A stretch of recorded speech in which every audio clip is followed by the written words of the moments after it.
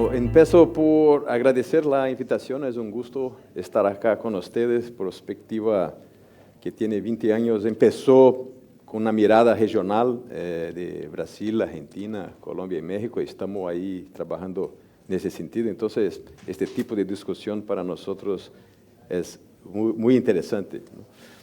Bueno, la idea acá es pasar un poco el escenario de Brasil. El enfoque va a ser las elecciones de este año que vamos a tener. Son 5 elecciones, ¿no? Todo foco mucho en la elección presidencial, pero tenemos otras 4 elecciones tan importantes cuanto, porque también en el mismo día tenemos elección Senado, para la Cámara Baja, para los gobernadores, para los 27 gobernadores de estados y también para las 27 asambleas estaduales. Entonces, es un cambio bastante importante del perfil político del país que ocurre en el mismo día. Entonces, esto es un poco la idea de la discusión hoy. Voy a enfocar en la elección de presidente, por supuesto, una de las más importantes, pero voy a comentar algo sobre las elecciones de Congreso, porque van a tener en Brasil, saben que el Congreso es posiblemente el Congreso más fuerte en términos de capacidad de intervención en el proceso decisorio que tenemos en América Latina. Entonces, es muy difícil tener una gobernabilidad en Brasil si el presidente no maneja bien el Congreso, y esto es un punto que pocas veces se discute de la manera que creo que sería fundamental. Bueno, en Brasil tenemos, como saben, estamos en el tercer ciclo de Lula como presidente, ¿no? Como tenemos la reelección, es posible Lula de nuevo ser candidato.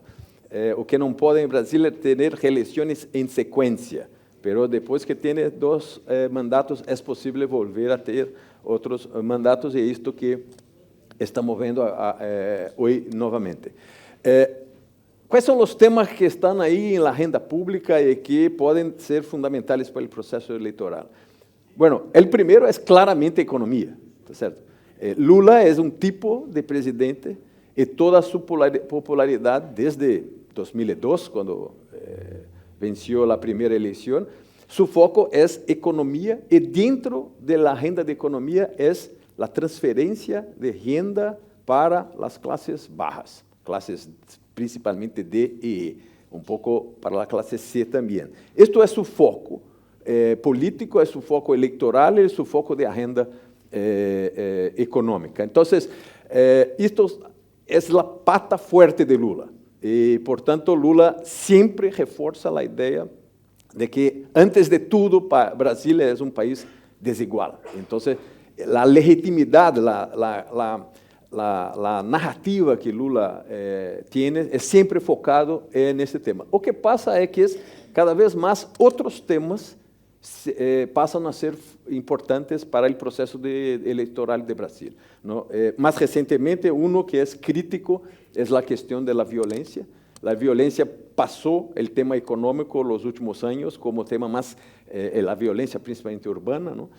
Como tema más importante, y aquí tenemos un tema que el gobierno Lula y su grupo político no va bien, y ahí la oposición en general se posiciona mucho mejor.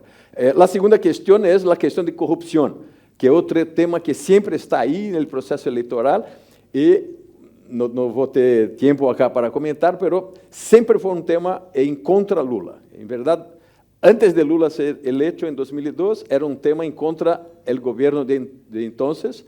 Después que Lula pasó por 2 escándalos de corrupción, el tema de corrupción pasó a ser un tema mucho negativo para Lula de manera general.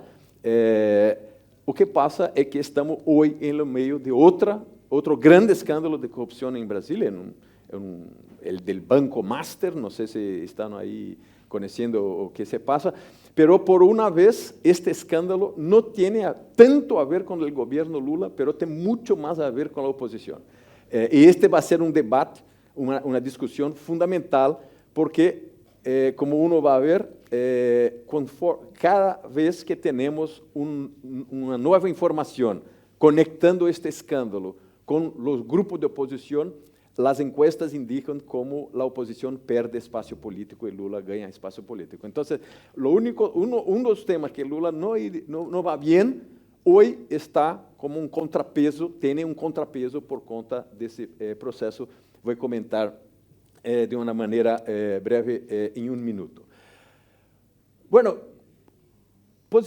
percepción de la población sobre el gobierno. Mira, esta es la percepción negativa del gobierno como dominante en los últimos tiempos. Entonces, si uno mira estos datos, parece, ¿no?, una indicación de que Lula está muy malo en las elecciones, ¿no?, porque la mayor parte de la población no la ve su gobierno bien. Pero lo que se pasa es que, mismo con este grado de evaluación negativa, Lula sigue teniendo un patamar bastante alto de aprobación y esta plataforma para Lula es fundamental. Uno, para estar pasar de la primera ronda para la segunda ronda y ser mucho competitivo en la segunda ronda. ¿Por qué? Porque principalmente yo creo que tiene a ver con las deficiencias de la oposición, la incapacidad de la oposición de centro derecha y de derecha se organizar electoralmente, tener una estrategia electoral capaz de afrontar o se beneficiar o potencializar esta fragilidad que Lula tiene del punto de vista de aprobación.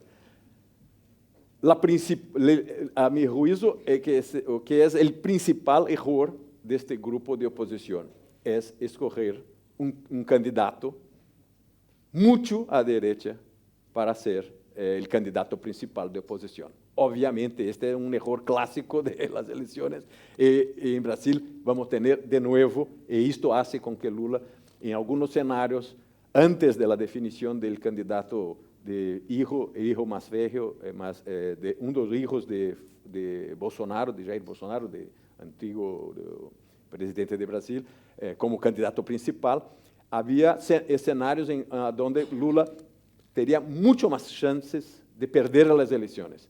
Mas quando indicaram Flávio Bolsonaro como candidato, esta situação se cambiou muito fortemente.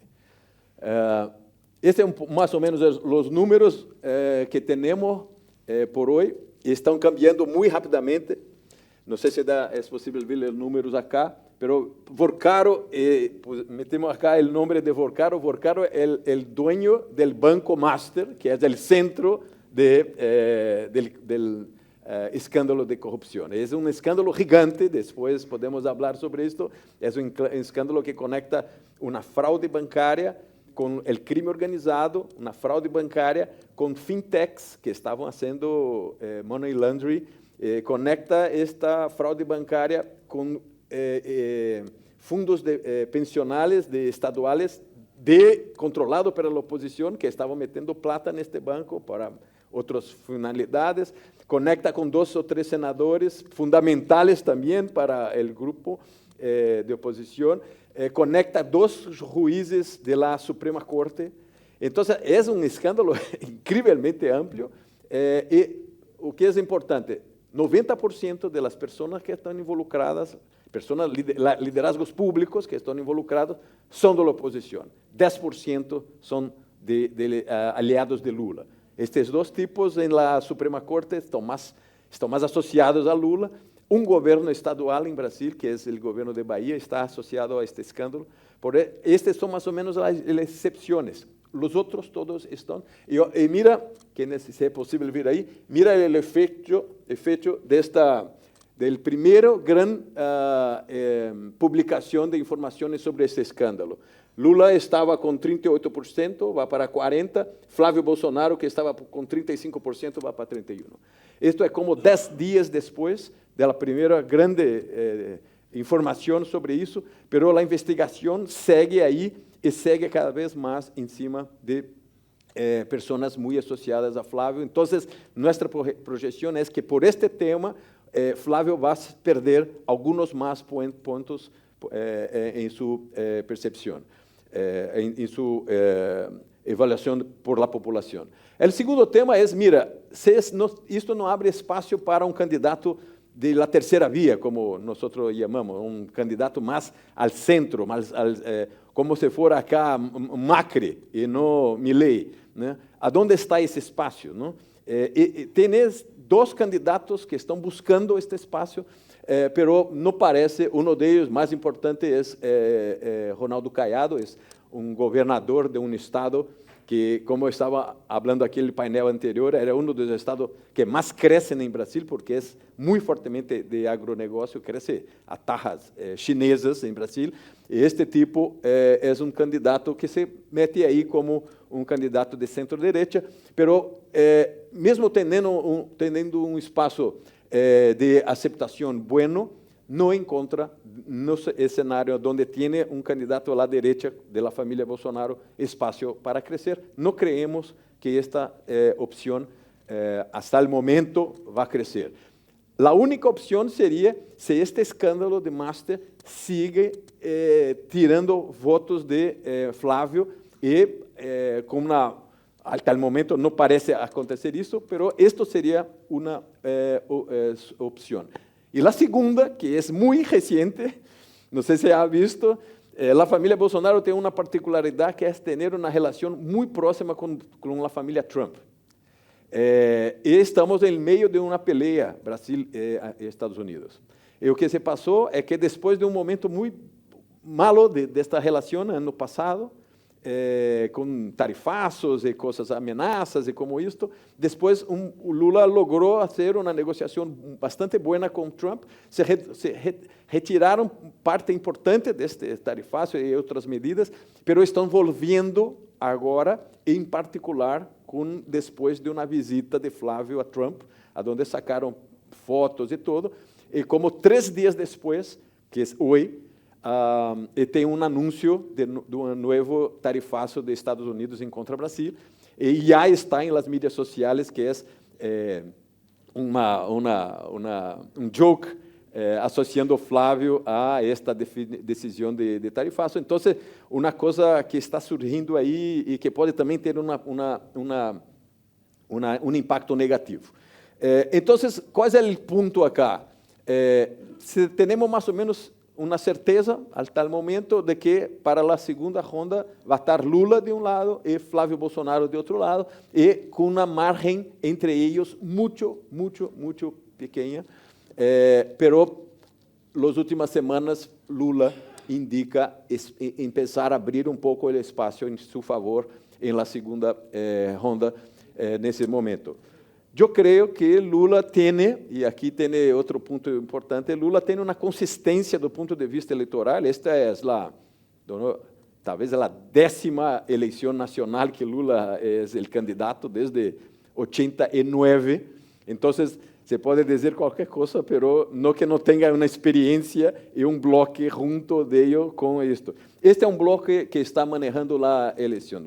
Para quem conhece estas pessoas em Brasil, isto é basicamente o grupo muito próximo de Lula desde sempre. Este é o líder sindical junto com Lula. Este é um liderazgo católico também dos anos 80. Lula segue tendo. Este é um líder sindical que foi presidente de Petrobras. Lula segue tendo um time, um grupo, um equipo que é muito sólido do ponto de vista eleitoral e muito tradicional, onde fazem mais ou menos a mesma equação desde o 89, e sim, as últimas 8 eleições, 7 eles venceram. Com um grupo um pouco mais novo, Guilherme Boulos é um tipo novo que vem de movimentos sociais, Sidônio é seu principal tipo de marketing, e é um tipo muito voltado às redes sociais. Então, Lula tem esta pata que é muito tradicional, com a estratégia eleitoral tradicional, com um time que é um pouco mais novo, um pouco mais voltado, conectado com as tendências mais recentes. Este é o grupo que maneja a campanha de Flávio. Este é um senador do Nordeste de Brasil, bastante importante, um tipo muito experiente, mas com pouquíssima experiência em eleição nacional. Poderia dizer que nenhuma experiência em eleição nacional. E é o tipo que maneja a coordenação general de sua campanha. Algunos de esos son tipos que vienen de grupos políticos tradicionales y que están más o menos desconfortables con las informaciones que están vindo de Flávio y su grupo por conta de los escándalos. Este tipo, que es un economista muy liberal, muy conocido en Brasil, hasta semana pasada se salió de la campaña. Tiene una fragilidad do ponto de vista de capacidad de coordinación muy semelhante a la fragilidad que Bolsonaro, su padre, ha tenido en su elección 8 años atrás. No tiene una estrategia orgánica, tiene una dificuldad de estruturar la campaña de una manera profesional. Estamos viendo más o menos esto. Entonces, junto con el escenario que mencioné anteriormente, esto indica que se me pregunta hoy si creo que va a ser Lula o Flávio el vencedor. Yo creo que va a ser Lula, por una margen muy estrecha, pero creo que por hoy la única opción sería tener algo que cambia mucho fuertemente esto. No estamos viendo que estruturalmente esta situación puede se quedar ahí con 3, 4%, va a ser muy cercano la diferencia, pero creo que va a ser en favor de Lula como essa margem muito pequena. O que isso nos permite indicar do ponto de vista de cenários para frente? No, perdão, uma questão antes de passar para esto, que é a questão das eleições para o Congresso em Brasil, em particular, a Câmara Baja do Congresso, que é fundamental para a governabilidade do Brasil. O que passa aqui na Câmara Baja é muito distinto do que se passa na eleição presidencial.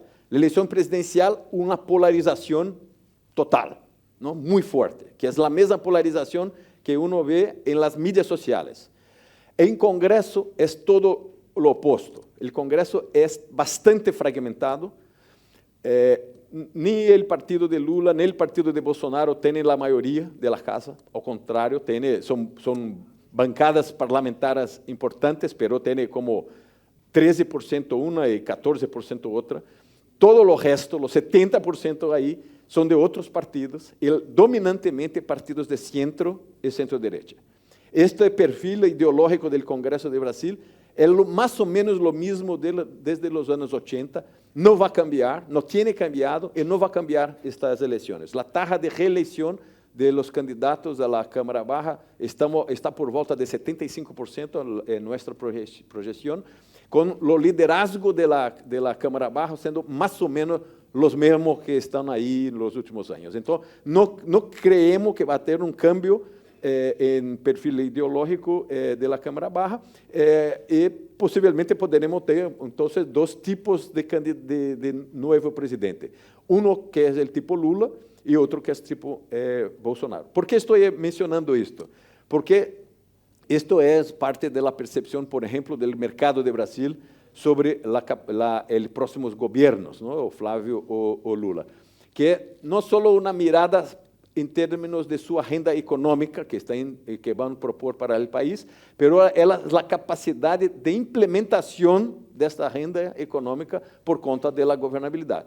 Se não tem uma maioria em Congresso, não se aplica nada em Brasil. É muito difícil mover uma agenda, qualquer agenda, mas a agenda econômica em particular, se não tem uma maioria em Congresso. O que passa é que, mesmo Lula tendo 50% mais um, ou Flávio tendo 50% mais um, isto não vai garantir a ele ter mais do que, seu partido ter mais do que 13, 14% del Congreso. Entonces, para manejar una mayoría, tiene que construir, tiene que atraer más 40%, 45% de los congresistas, de los diputados de otros partidos.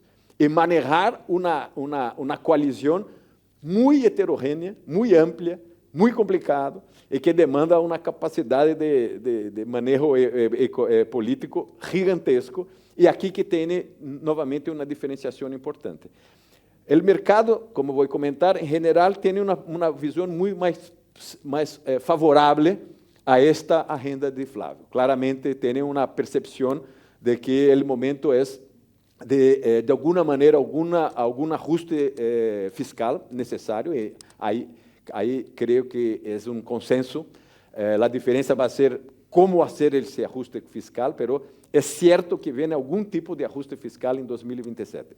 ¿No? A diferença vai ser o tipo de ajuste fiscal que vamos ter, um sobre o liderazgo de Flávio, outro de Lula, pero que vai ter, não há dúvida que vai ter. A segunda parte não é só pensar como isto, qual vai ser a agenda, pero a capacidade de implementação dessa agenda. Isto é parte fundamental do processo. Bueno, o que estamos vendo acá, que Lula tem um rango possível de equipo econômico no próximo governo, que vai desde o modelo que tem hoje neste governo Lula 3, que é distinto do que ha tenido em Lula 2, por exemplo, e mais próximo do que ha tenido em Lula 1, que é, hoje, o conjunto de seu equipo econômico é muito moderado, é muito ao centro. Tem um tipo, que é o ministro da Fazenda, de Hacienda, que é um tipo que viene do partido de Lula, do Partido dos Trabalhadores, pero é um tipo muito moderado, muito ao centro. E outros dois ministros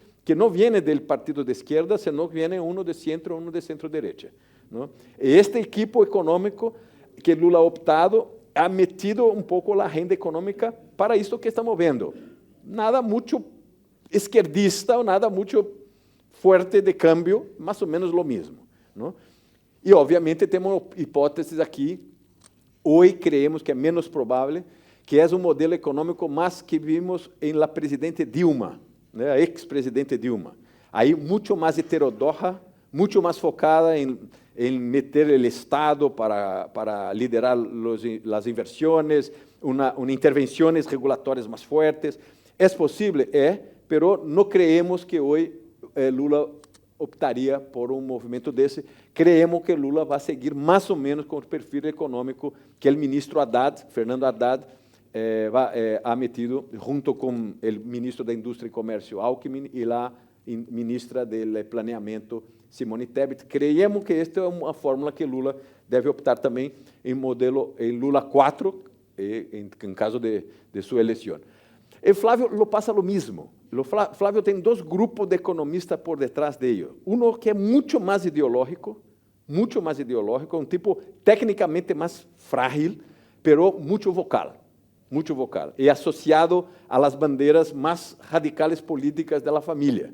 E são, em geral, economistas ou técnicos que são mais próximos a los hijos de Bolsonaro.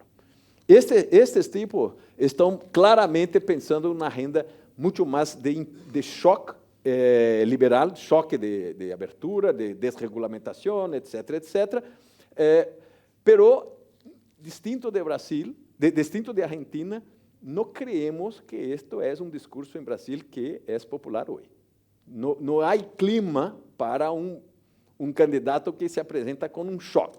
Não? A economia está crescendo pouco, pero crescendo, a inflação 4 picos, 5, o desemprego está muito baixo, a Bolsa de Valores de Brasil movendo. Então, não tem um clima para dizer, mira, temos que fazer um cambio. Se uno opta por uma opção mais ideológica, que é tipicamente da família, creio que vai ter impactos eleitorais.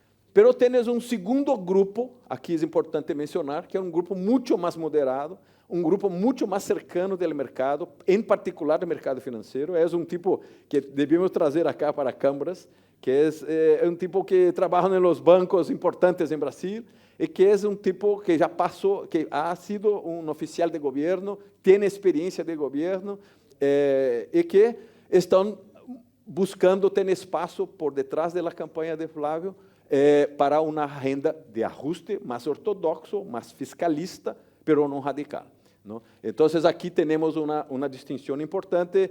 Não temos tempo acá para platicar mais isto, pero creio que aí, junto com a questão de governabilidade, são os dois temas críticos. A agenda econômica que estão buscando delinear e a capacidade de implementação.